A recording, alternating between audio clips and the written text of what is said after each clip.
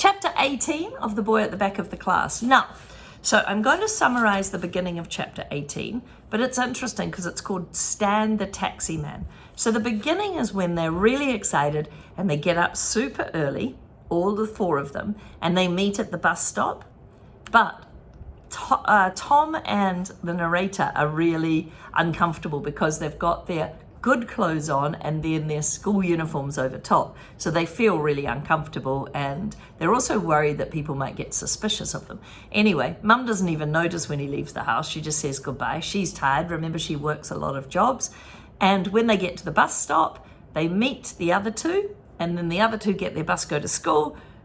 Tom and the narrator cross the road and take the bus into London. And here there's a problem initially, because when they take the bus to the tube station or the MRT stop, and when they get there, they don't actually know how to use the ticket machine properly, and they get really nervous.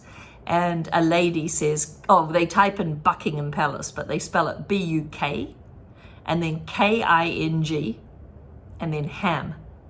So Kingham, Buckingham.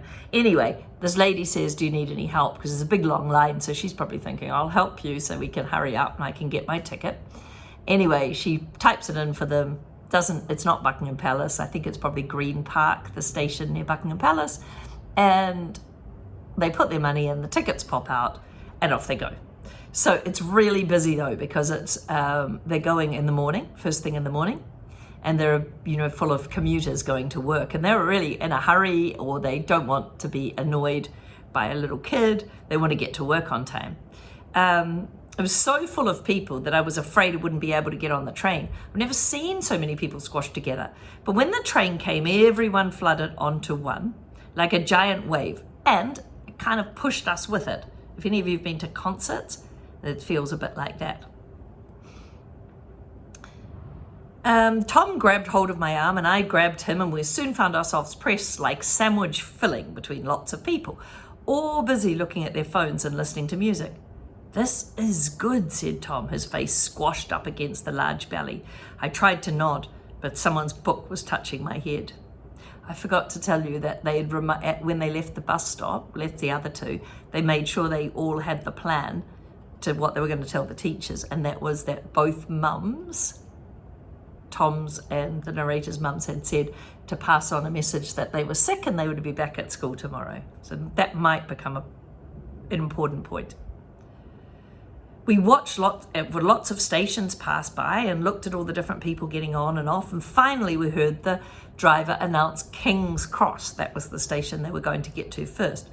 We have to follow the dark blue line, I said to Tom after we jumped off the train.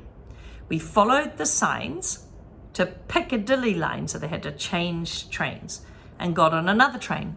Easy. Now we weren't feeling so nervous, and I realized I was hungry. I'd been so busy packing the present for the Queen, I'd forgotten about the emergency bag of sweets I'd meant to bring. Do you think the Queen would mind if we had one of her biscuits? I asked Tom. He shook his head eagerly. She must have lots in her kitchen, especially if she has tea every day. So he ripped open the packet of biscuits and passed me one.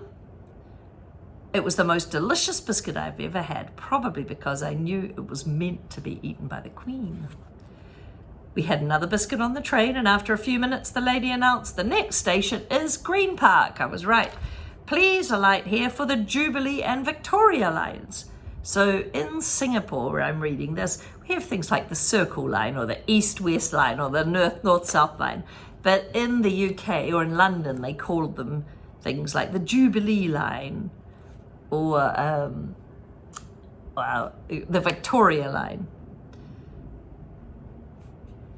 I liked the train lady. She had a nice voice. I imagine she looked like Mary Poppins, and sits on the very front of the train next to the driver with her own special chair. Must be fun going through all the stations and telling people which ones were coming next. That's not how it works. They actually record them, and they use the same person for all the trains. We hurried off the train and followed the signs to the taxis. Now remember, this chapter is called Stan the Taxi Man. So we ran up the stairs, we found a long line of cabs waiting, and inside the one at the front was a man with curly red hair. He was eating a sandwich and bobbing his head to the radio station. When he saw us looking in through the window, he rolled down and leaned out. "What can I do for the two of you?" Please, we need to go to Buckingham Palace, I said as loudly and as clearly as I could, because I remember my Uncle Lenny saying that there was nothing taxi drivers hated more than people who didn't say where they wanted to go clearly enough. Oh yeah, his uncle's a taxi driver. The taxi man leaned forward and looked around. Why are you on your own? He said, frowning.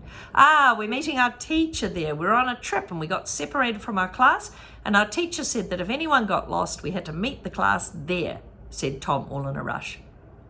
The taxi man frowned again and rubbed his chin. All right, hop in. Be quick about it. I ain't here to be chauffeuring lost kids around all day. You're lucky it's only a few minutes away. I've got tykes of me own. Tykes, little kids. We jumped in quickly and the taxi man locked the doors and in a single move swerved off as he drove out onto the main road. He looked at us in the funny rectangular shaped mirror that cars always have right at the front. Uncle Lenny says that they're there so that the driver can check the traffic behind them. But I think they're there so the driver can look at the people sitting in the back seat when they think no one's looking at them. What are you going to be doing at Buckingham Palace today? He said. We're going to meet the Queen, said Tom before I could stop him. Is that right? He said, looking at us again in the mirror. His eyes were smiling, like he didn't believe them, but he probably thought that the teacher had said that. Tom clapped his hands over his mouth and didn't say anything else. The taxi man laughed and said, well, when you see her, say hi from me.